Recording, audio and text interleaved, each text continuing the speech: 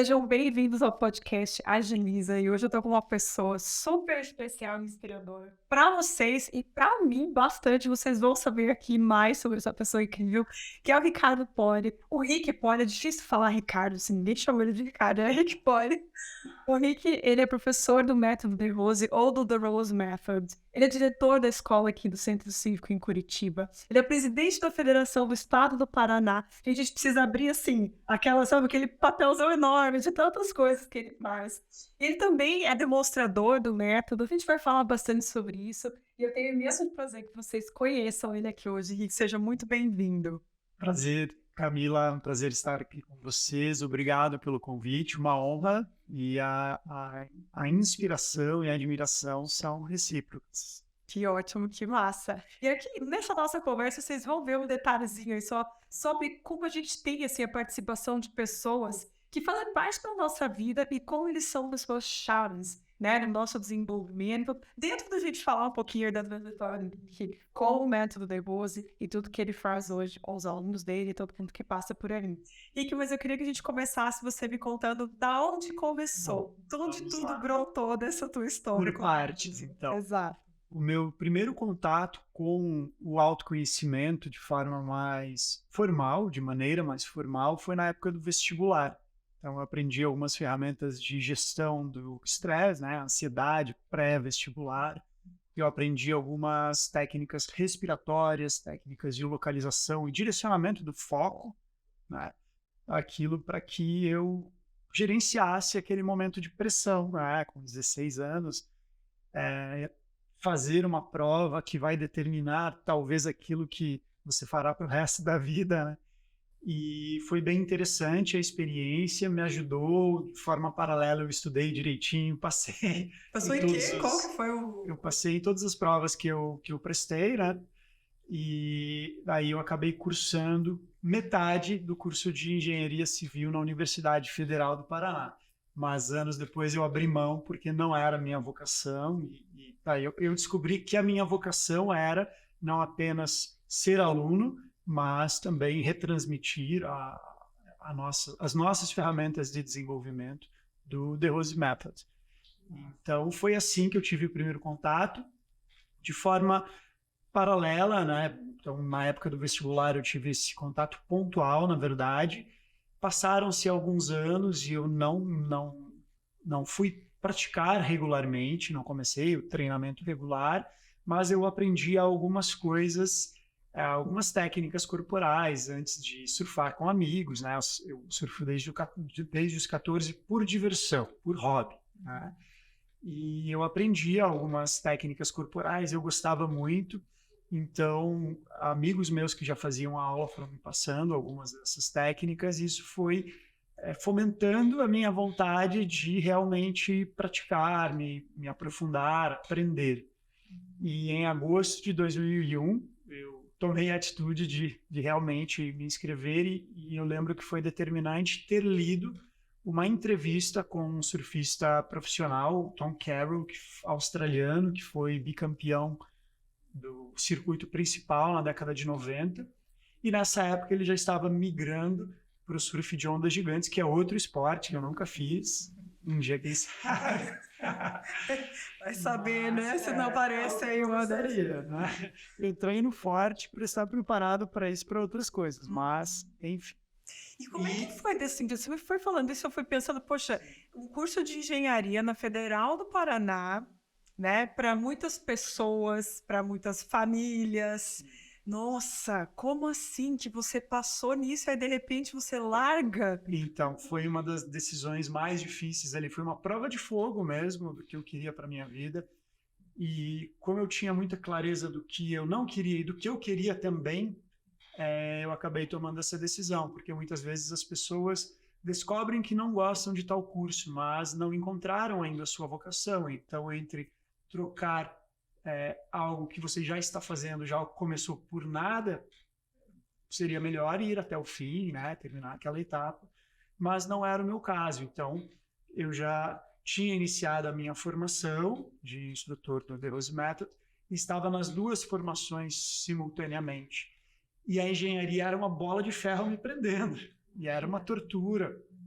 E, obviamente, né, o apoio dos amigos, da família, fez diferença. Afinal, quando eu saí da engenharia, eu tinha 21 anos, morava com os meus pais, mas eles tinham percebido que o que eu estava fazendo era sério, né, e eu até mudei minha atitude perante a dinâmica da casa e atribuições. Então, houve o apoio. Mas foi um dia especial, assim, foi um dia à parte, foi uma cena de filme. Os meus amigos acharam que eu tinha enlouquecido.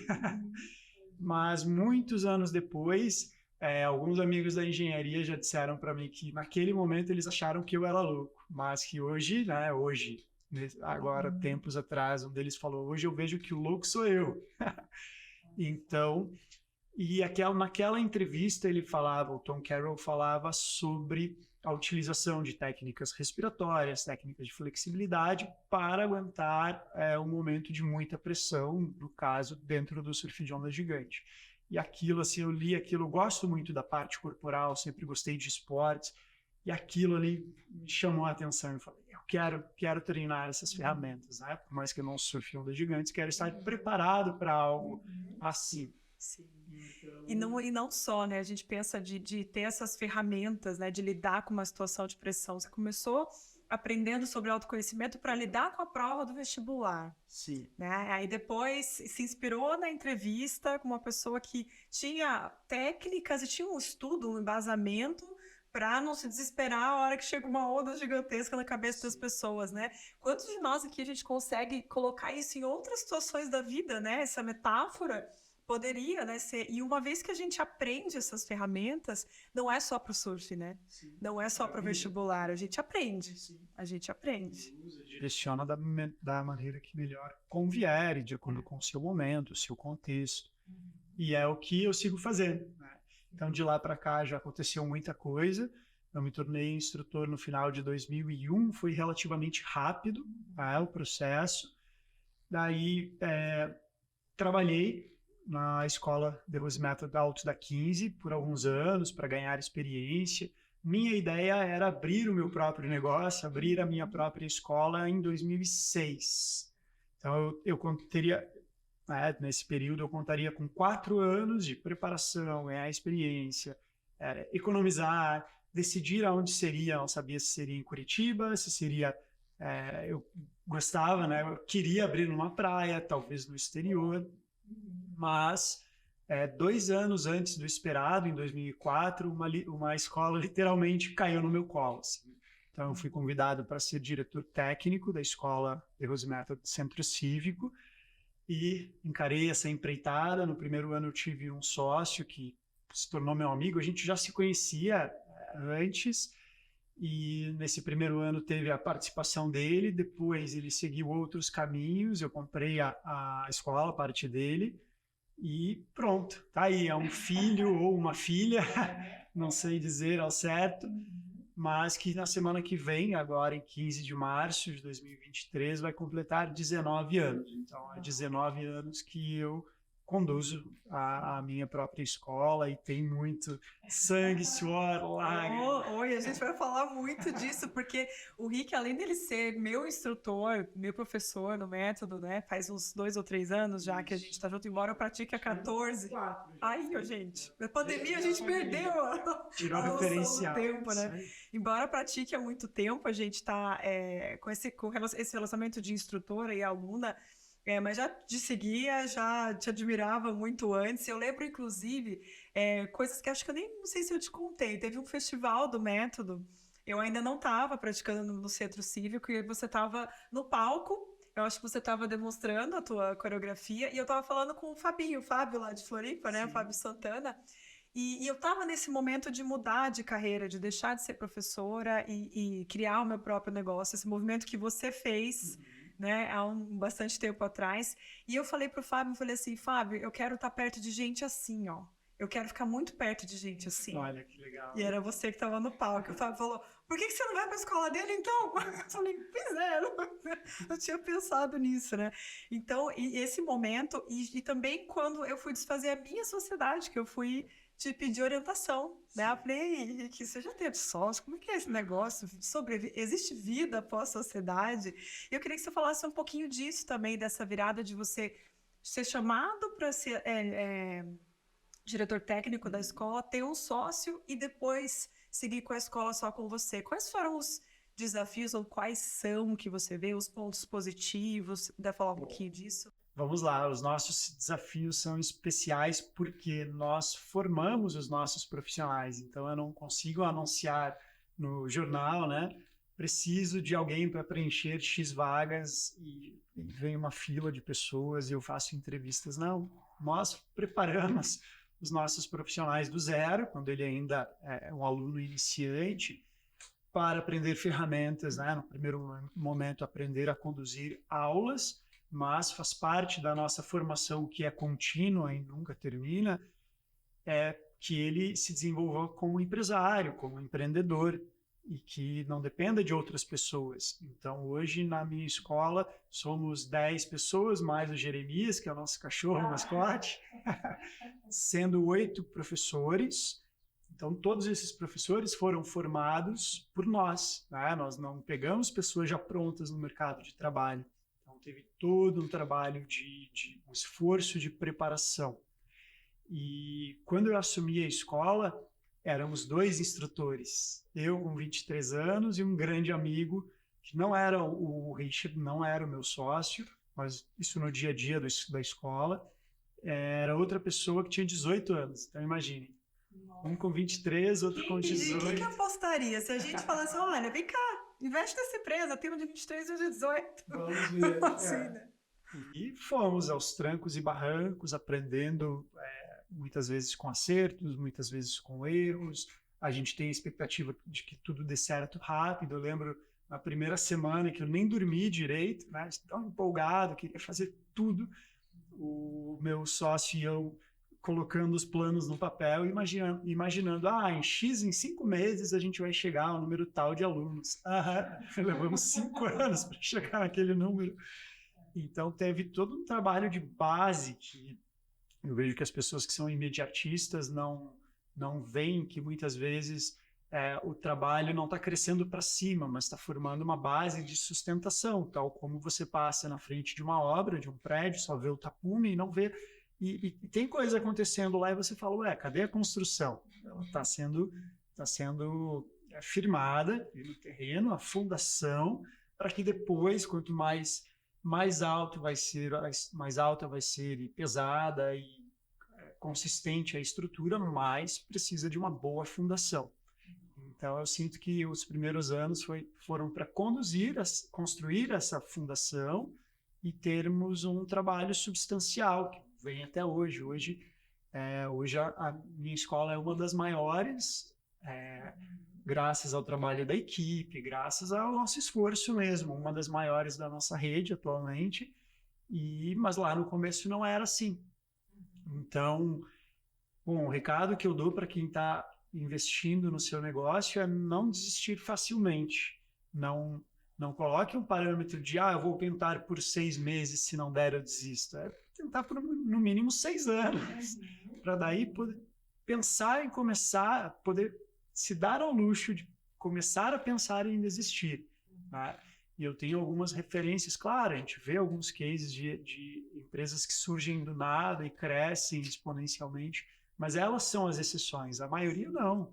A maioria se pega na família de cada um, ou conhecidos. Tem um exemplo de uma empresa que era da família, que tinha há décadas e de repente deslanchou. E esse de repente não foi de repente. Demorou muitos anos para acontecer do dia para a noite, né? Muitos anos. Tem até um número mágico, tem algumas referências assim, de pessoas e cases de empresas que levaram 20 anos para realmente deslanchar, não que elas levaram 20 anos para ter um giro, para dar certo, mas para deslanchar mesmo. Ou seja, no ano que vem a minha vai. Vai. Que massa isso. E que eu penso assim, né, também você está contando para a gente desde o começo, né, de você adolescente já começar a estudar, se aproximar de técnicas de autoconhecimento, de técnica de respiração, de toda a parte corporal. Então, a gente fala de muitos anos de aprofundamento, de foco nisso. E no começo da nossa conversa aqui, eu falei alguns dos seus títulos, né? Algumas das coisas que você faz. E parece assim que, para quem olha e fala, nossa, todos esses títulos, ele é bom em tudo que ele faz. né? Nossa, ele brilha em tudo que ele faz. Dentro da tua área, eu não tenho dúvida, né? Não tenho dúvida disso. Isso a gente pode colocar como nome de foco e alta performance para isso, né? Então, você começou a praticar, se formou instrutor, né, do método, tem a sua escola que só cresce. E você, né, cresce também como uma pessoa que representa muito. Você tem uma responsabilidade muito grande com o método, né? Então a gente olha e fala, nossa, o cara é bom, né? Ele é alta performance em tudo. Como que faz? O que você vê, assim, tanto de você, na tua personalidade, nas suas decisões, quanto o próprio método, né? Te ajuda para ter essa alta performance onde você se propõe a crescer. Ter algo muito bem estruturado com o qual trabalhar ajuda, e no caso a metodologia, toda a estrutura da parte conceitual e técnica, né, que é a nossa filosofia, digamos assim, e a parte da instituição, que é muito bem organizada, está em construção, tá? Como todo organismo e como tudo no universo, nada é perfeito, tudo tem pontos a melhorar, mas está em construção e desde que eu comecei eu já vi muitas melhorias e ajustes sendo feitos e construídos pelos próprios profissionais. Então, ter essa infraestrutura que respalda ajuda. Vejo que eu tenho, não sei se uma disciplina nata, mas eu gosto de rotina, eu gosto da disciplina. Então, eu entendo que, né, os ciclos todos da natureza de forma bem palpável, né? Pensando assim, quantos bilhões de anos aqueles ciclos se repetiram e tudo acontece na natureza e leva tempo, né? Para uma pedra virar areia, teve muito atrito ali, anos após anos, água batendo, água batendo, água batendo, e aquilo foi sedimentando, não foi da noite para o dia, né? Não foi construído assim. Então, eu compreendo, olhando ao redor, que as coisas funcionam se forem persistidas, no sentido de fazer um pouquinho bem feito todos os dias. O feijão com arroz, e eu gosto disso, eu não me chateio. Claro, tem dia que eu estou mais motivado e que outros. Tem dia que eu estou com preguiça. Sábado eu fui fazer um treino. eu pratico, né, as nossas técnicas, eu amo esportes atualmente. A pandemia me ajudou a construir uma rotina mais diversificada como eu nunca tive, assim, no sentido de correr 2 vezes por semana, nadar 2 vezes por semana, fazer também treino. Eu faço um treino no sábado com barra, flexão. Eu montei lá uma série com a ajuda de colegas e eu batizei de funcional. Eu vou no sábado, fim de tarde, mas geralmente início da noite. E nesse sábado tive um evento, daí a gente foi comer e eu cheguei lá na praça para treinar 9h15 da noite, sábado. Quando o pessoal tá indo pro rolê, saindo, e a Carol tava indo pro rolê mesmo. E eu respirei fundo, e eu gosto, porque eu sei que eu vou me sentir bem depois, aquilo me preenche.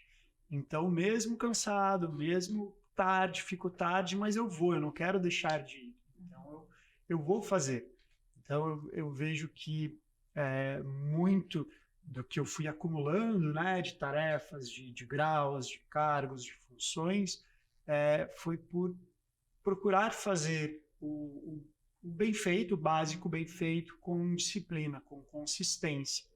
E o que hoje uma pessoa consegue assimilar, então, digamos que na sua área você não consiga conciliar tantos projetos. Então, internalize bem aqueles que você consegue e aos poucos vai adicionando mais elementos. E é fundamental você ter grupos de trabalho também. E eu não faço tudo sozinho. Então, se eu estou aqui hoje, é porque tem, nesse exato momento, inclusive, alguém da minha equipe me substituindo em uma aula minha, em uma prática minha. E até encontrei com a aluna que faz esse horário e ela ficou feliz, que legal, o podcast vai ser ao vivo, onde eu vejo depois, ou seja, não prejudicou o meu trabalho. Mas se eu não tivesse equipe, ou eu declinaria o convite, ou eu furaria uma aula, e daí desestruturaria um dos pilares, né? Uma das frentes. Então, cercar-se de pessoas capazes, né? Construir um time que confie em você e que possa contar com você também, Não são só eles. Não é porque eu sou diretor da escola que eles vão ficar me substituindo. Ontem uma instrutora precisou de substituição e eu me dispus. Eu ia lá mais cedo para a escola, para abrir, daí no fim das contas ela me avisou ontem à noite, não precisa, eu vou. Mas eu estava disposto a substituí-la quando ela precisa. Então, uma equipe de trabalho para você conseguir ter vários projetos simultâneos, ter pessoas melhores do que você em determinadas áreas. Então, eu sei que no meu time tem pessoas que fazem coisas melhores do que eu faço. E eu não preciso ser o melhor em tudo, mas a gente pode ter um time que se complete, que seja bom em várias áreas. Bom, então eu sinto que ao longo dos anos eu fui incorporando, absorvendo novas tarefas, novas funções. Já houve momento em que eu senti que era a hora de dar um passo para trás e passar alguma coisa, para não passar do ponto, não prejudicar qualidade de sono, horas de sono, meu lazer. Então é importante também a gente não pensar só em trabalhar, né? Tem que ser sustentável e conciliável com as outras áreas da vida, com a participação do seu grupo de amigos, família, enfim. Coisas E tempo até para você mesmo, né? Para você, porque por mais que você trabalhe com o que você ama, né? Isso é evidente. Qualquer 5 minutos de conversa a gente já vê que tá no teu DNA. Isso a gente tem momento que é momento de trabalhar, por mais gostoso que seja e tudo, e precisa ter essa outra parte. Eu acho que ainda tem mais um ponto que eu acho legal, pelo tempo. Adorei quando você falou sobre, poxa, são 19 anos da escola, são 20 e tantos anos se dedicando a isso tudo. E hoje você é uma pessoa super bem-sucedida dentro da carreira que você escolheu. Inclusive, você é não só formador, mas avaliador da galera que vai se formar instrutor e tudo isso mais. Poxa, não é pouca coisa, né? A pessoa lá que começou fazendo aula, hoje é o que seleciona, é o que avalia, né? E existe uma confiança de toda a rede em você, né? Isso não acontece da noite para o dia. Então, eu vejo isso como uma soma de quem você é, das suas características, né? Fora tudo isso que você comentou. Você acredita que isso seria um diferencial? Eu queria dizer assim, competitivo, mas não de competição de você com as pessoas do método, não disso, mas de concorrência, porque você tem uma escola, né? Você tem um negócio que as pessoas vão, elas pagam para estar lá e tudo, e existem outras opções para elas fazerem. O que você entende que hoje inspira as pessoas a te procurar, a procurar a escola do centro cívico, a ficar com vocês e permanecer? Tem a ver com isso ou temos a mais? Olha, tem, com certeza. Eu vejo que tem pessoas que se identificam com o meu estilo de trabalho, o meu jeito de ser, tal como tem, assim, pessoas que se identificam com outras vertentes, outras modalidades, outros professores, colegas meus, e são super leais no sentido de parceiros, né? E uma coisa até não impede de um aluno meu fazer uma especialização, fazer um aprofundamento, algum curso específico com colegas meus, e em áreas que eu não domino, né? Inclusive, pode até acontecer de indicar, né? Um colega indica o outro para um tema específico. Eu vejo que eu fico muito feliz, sempre temos ex-alunos retornando, todo momento. E, obviamente, que e no nosso trabalho a gente tem um vínculo diferente com os alunos, porque a gente conhece um pouquinho mais, não tem só aquela relação de prestador de serviço e cliente. A gente desenvolve um pouco de amizade com muitos alunos, uma parceria, não é só a orientação técnica ali na aula, mas o aluno muitas vezes vê no seu professor alguém até que ele gostaria de ouvir a opinião, né? Nessa situação você faria o quê? E a gente vai fazer tracking com os alunos, então a gente tem uma galera nossa. Isso gera um vínculo de amizade. E quando um aluno para, eu fico triste. Mas as pessoas se mudam, as pessoas mudam de ideia, as pessoas são envolvidas por outras prioridades então sempre teremos esse fluxo natural. Né? É claro que se um professor de qualquer área não consegue fidelizar nunca, tem tem uma taxa de fidelização baixíssima, ninguém volta e tem que estudar, né? Tem que ver o que está acontecendo. Mas aquela pessoa que parou hoje pode voltar daqui 5 anos, daqui 3 anos, daqui 10 anos, e eu fico muito feliz porque tem muitos ex-alunos que sempre voltam quando podem. Isso quer dizer que eles confiam no trabalho, isso quer dizer que se o aluno é antigo, se uma pessoa é nova e me conhece superficialmente, e conhece o conteúdo que eu tenho para transmitir superficialmente, tem ali aquele charme, não um charme, fugiu o termo, mas qualquer começo de relação tem um brilho diferente. E depois que a relação já não é mais tão nova, a gente percebe que somos humanos, todas as pessoas têm defeitos, todas as pessoas têm limitações, e se mesmo assim, sabendo disso tudo, a gente escolhe estar com uma pessoa, ou com um parceiro, com um sócio, com um amigo, é porque a gente realmente confia naquela pessoa, gosta e sente que ela ainda tem conteúdo para transmitir. Então, eu fico muito feliz por isso. Eu vejo que esse é um dos pontos, a confiança, esse elo de confiança que a gente consegue produzir com pessoas que nos conhecem, tem outros ciclos. É outro nível mesmo, assim, né? Quando a pessoa, quando você sabe que você está além do produto, né? Do serviço em si, assim, vai muito além. E eu acho ainda, agora te dizendo como tua aluna, como, né? Como uma pessoa que está ali há muito tempo, eu acho que é por aí mesmo, sabe? As pessoas às vezes olham para mim e perguntam, nossa, mas como é que você consegue dar conta de tudo? Como é que você é tão forte, tão resiliente, tão determinada? E eu atribuo muito disso a todo esse trabalho, a todo o contato com esse grupo de pessoas, a esse tipo de conhecimento, as práticas, né, a estar perto. E para mim é uma decisão assim, não tem como viver sem, impossível, né? Então, isso é um fator diferencial muito grande, porque a gente pode se desenvolver de muitas formas, né? Tem a identificação, mas quando a gente consegue ver não só no físico, no mental, né? No psicológico, emocional e tudo, mas você vê ao longo da sua vida. Aquilo, poxa, imprimiu em mim, mudou a forma como eu sou, né? No trabalho, com os meus amigos e com tudo mais. Então, isso eu acho que quando a pessoa experimenta isso, né, fica muito forte. Sim.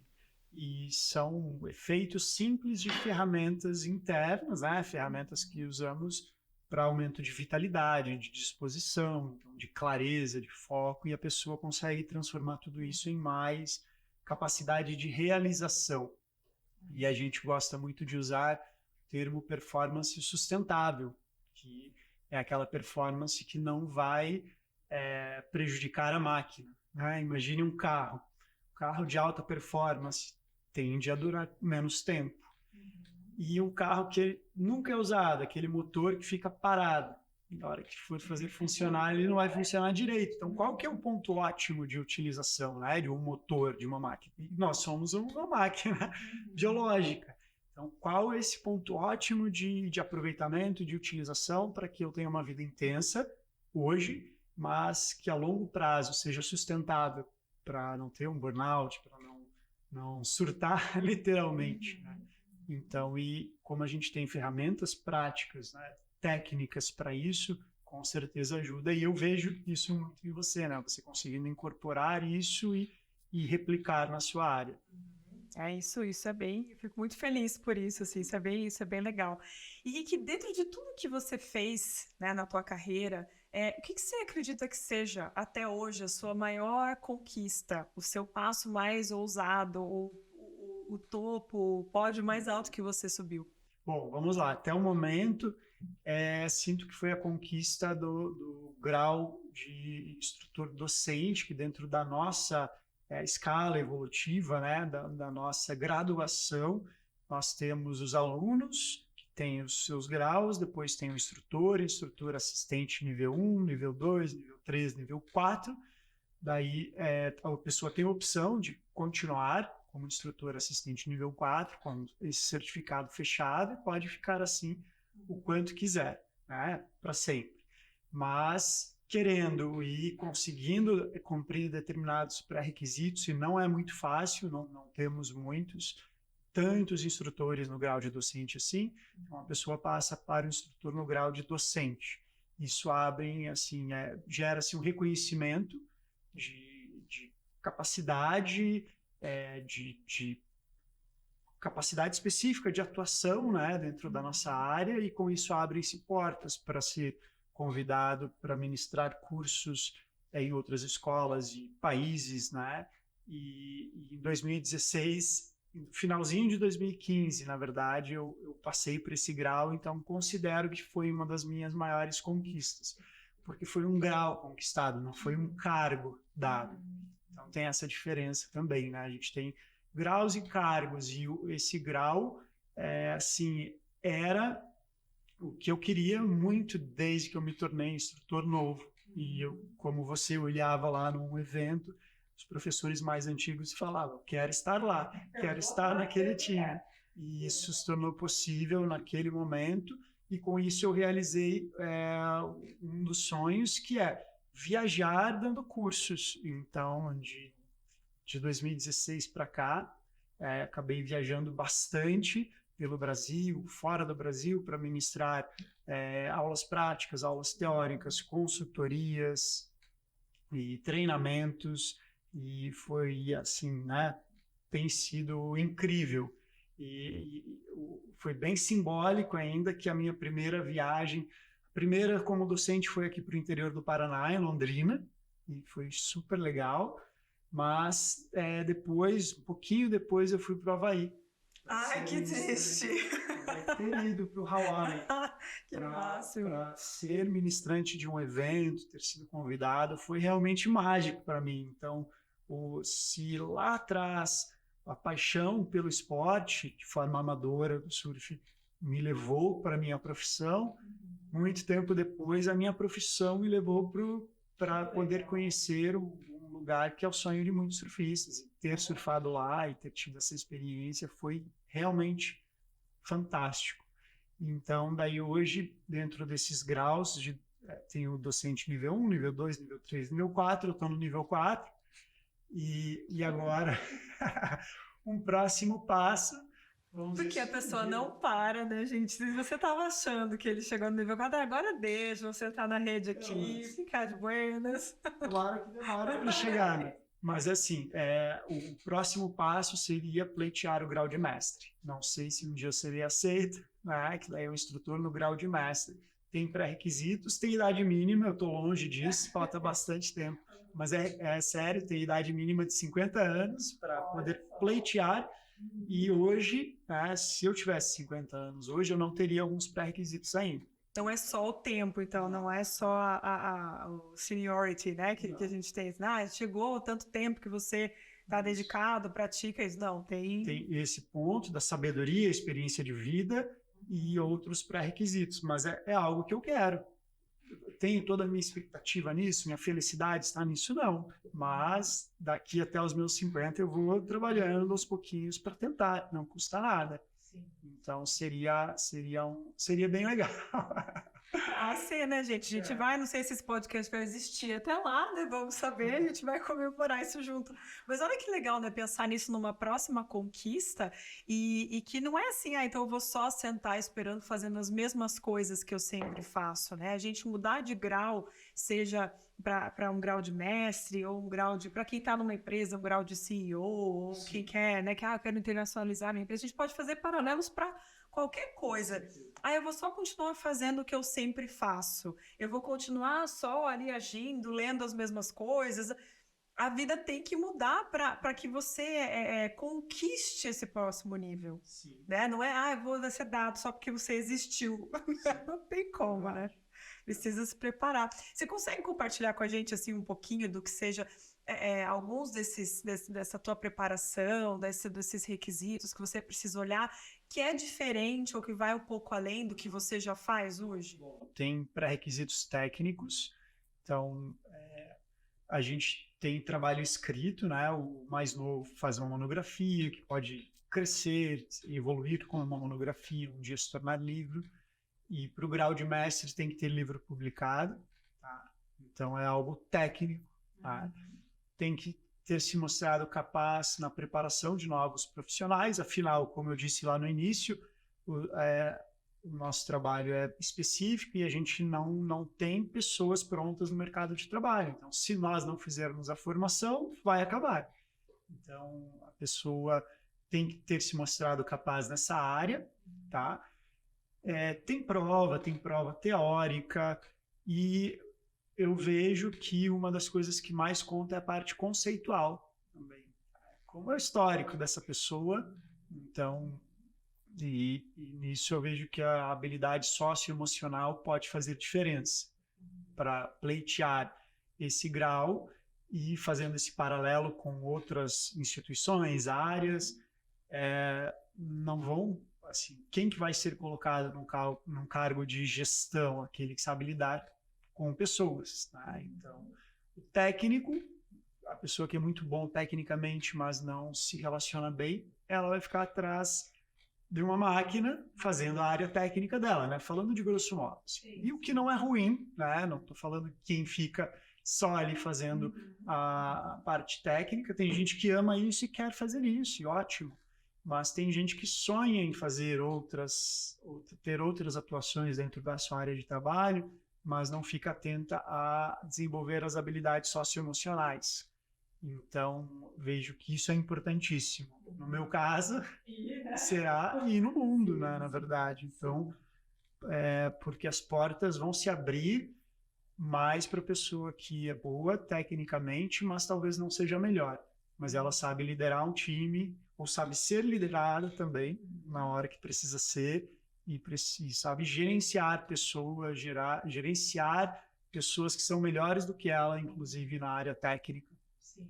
Então, E subir, quando a gente pensa assim, né, de ter um cargo, um título, uma responsabilidade dessa, a gente está à frente de muita gente. sim. Então, não é qualquer coisa, né? São mais pessoas olhando para você, mais pessoas tomando decisões baseadas no que elas observam, o que você faz, o que você diz. Então, quando a gente pensa em... Nossa, a gente pode fazer um paralelo muito claro com... eu fiz um curso digital. Então, uma coisa é você vender para 5 pessoas. Para você ter um público de 5.000 alunos, poxa, são 5.000 pessoas te ouvindo e seguindo os teus ensinamentos. Não é só o, nossa, que legal, né? Então agora o Ricardo é mestre, nossa, a Camila tem 5.000 alunos. É uma responsabilidade que a gente conquista, que a gente vai atrás, só que a gente tem que ter essa noção de que não é, então agora eu sou mestre dos cursos, né? Se a gente fosse fazer, poxa, é muita gente. É muita gente me ouvindo, é muita gente tomando decisões importantes na vida baseado no que eu falo. Então tem que vir com toda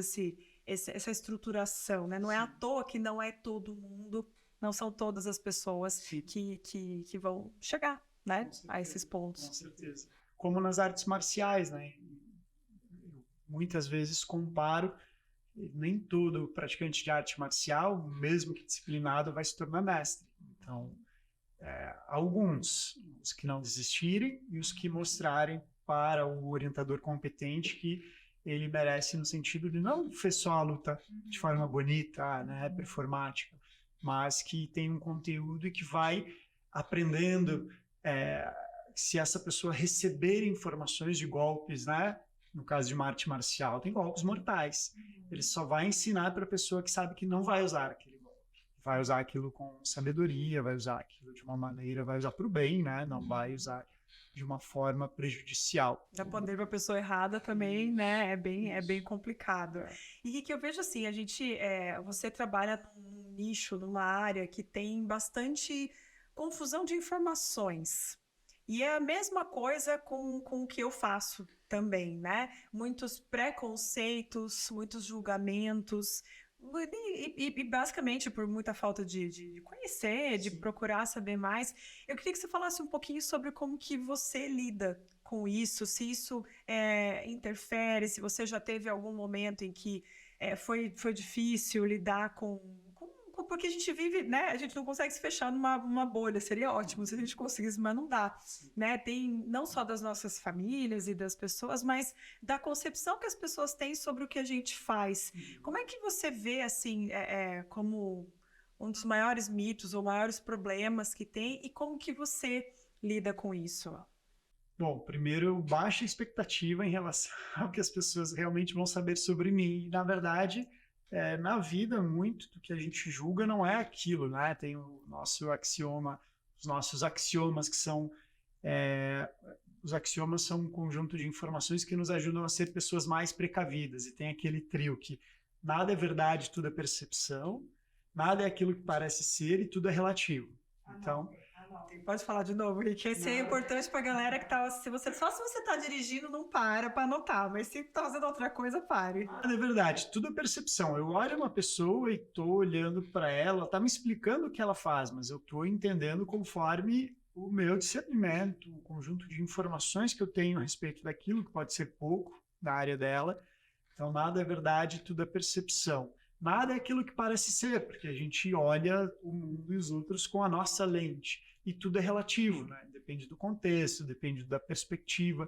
Então, eu acabo baixando a expectativa, tá?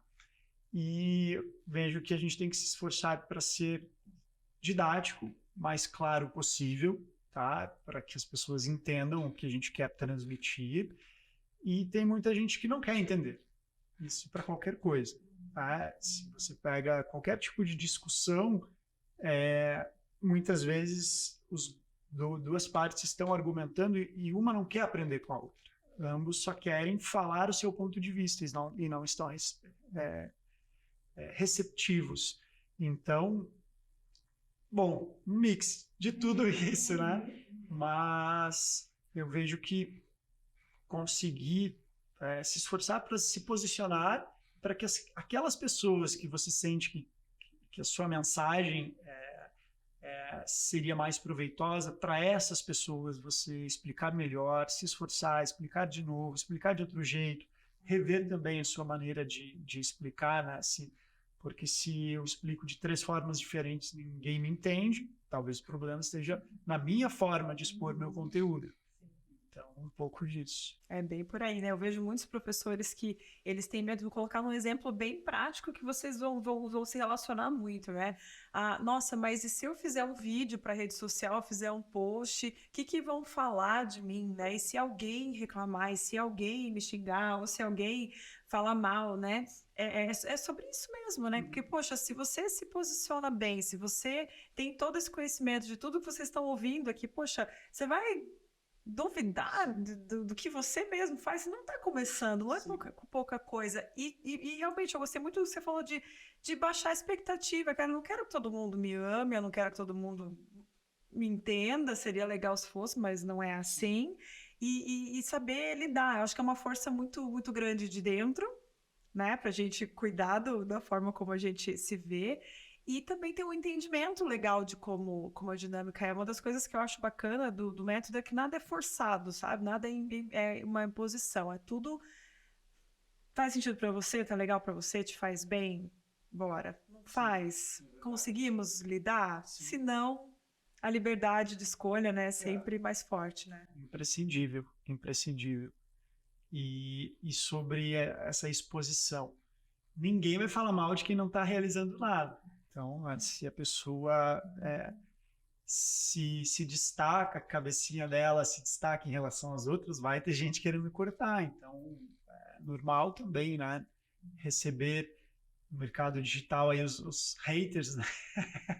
Uma vez eu vi você dando uma lição muito boa em um hater, já faz tempo, nem lembro como foi, mas é isso aí, você está em destaque. Então, ingenuidade, querer que não apareça nenhum chato. Vai aparecer, é estatística, é probabilidade. Vai aparecer uma pessoa chata querendo te colocar para baixo e paciência, enquanto a maioria estiver gostando do seu conteúdo, te seguindo, te prestigiando, tá?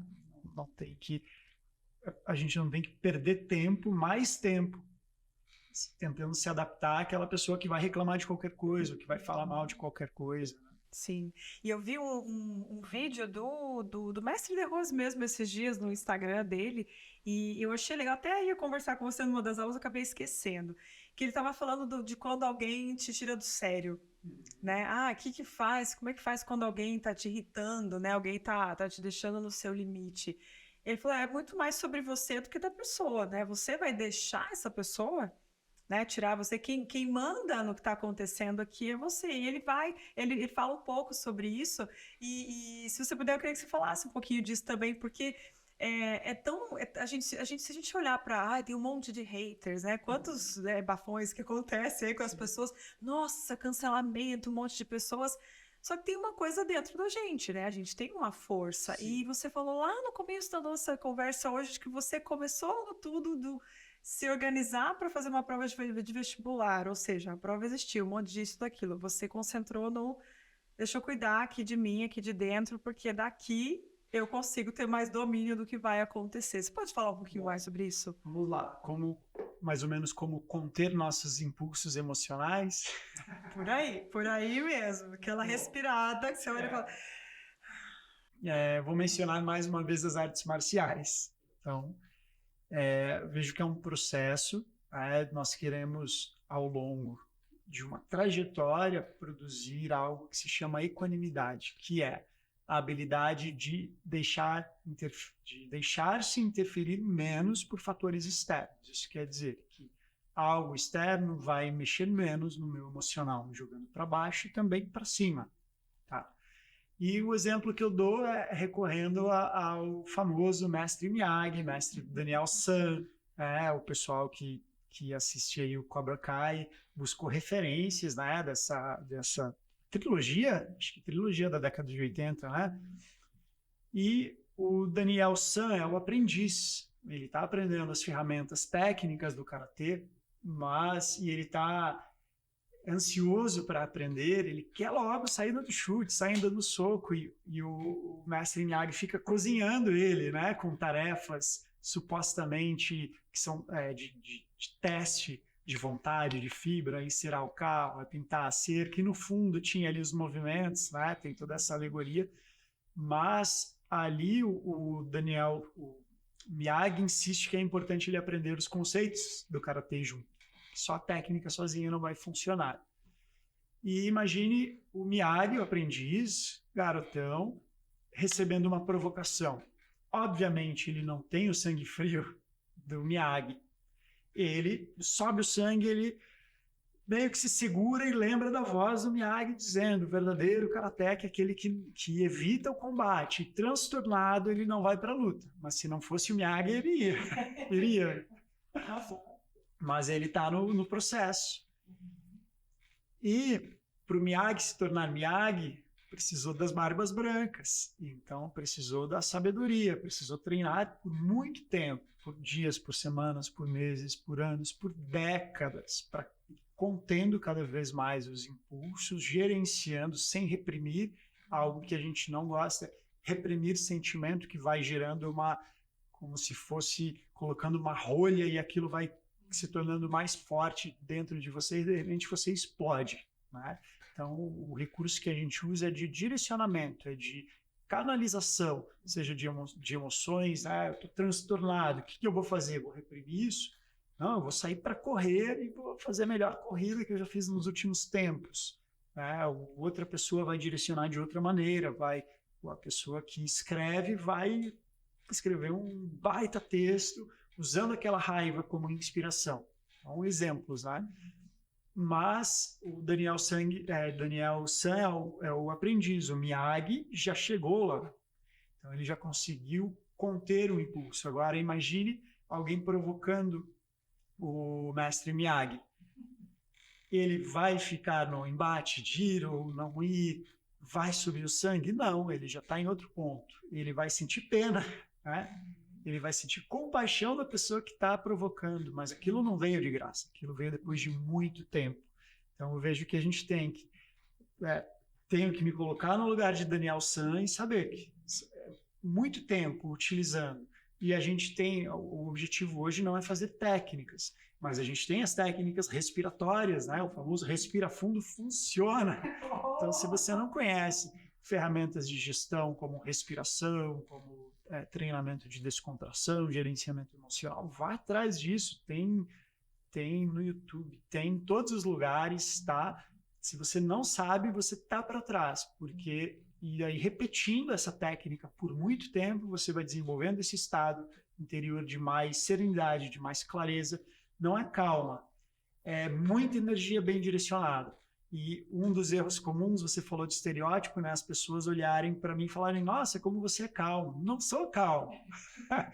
Eu só não fico jogando energia para todo lado. Então, a gente tem que saber direcionar, a gente tem que ter muita vitalidade, muita disposição, muita garra, mas direcionada da forma adequada. E agora ainda, né, para concluir, imagine o mestre Miyagi dando um piti na rua. Não cabe, né?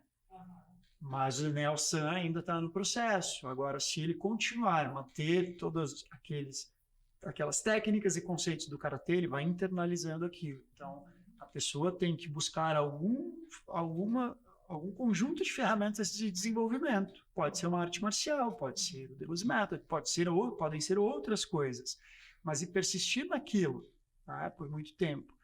E agora, imagine o mestre Miyagi tão feliz com algo, porque a alegria muito grande também gera ansiedade. Então, sempre menciono o adolescente que ganhou uma viagem com os amigos para alguma praia legal ou para Disney e 2 semanas antes já não consegue dormir de tão alegre que está. Então, é uma alegria incontida que atrapalha o sono, atrapalha a concentração. Atrapalha do mesmo jeito, né? Não é só a coisa negativa, não é só a tristeza, né? A alegria também fica por aí. Isso daí pega a figura de uma pessoa sábia como o Miyagi, como ele reagiria a uma resposta que ele está esperando muito. Você consegue imaginar ele abrindo a janela de casa, do prédio, assim, gritando, consegui, o palavrão, mas no bom sentido. Não consegue, então ele tem uma alegria mais contida. Isso é equanimidade. Então ele consegue absorver melhor essas informações, esses estímulos emocionais, sejam emoções ruins, emoções boas. Mas isso leva tempo.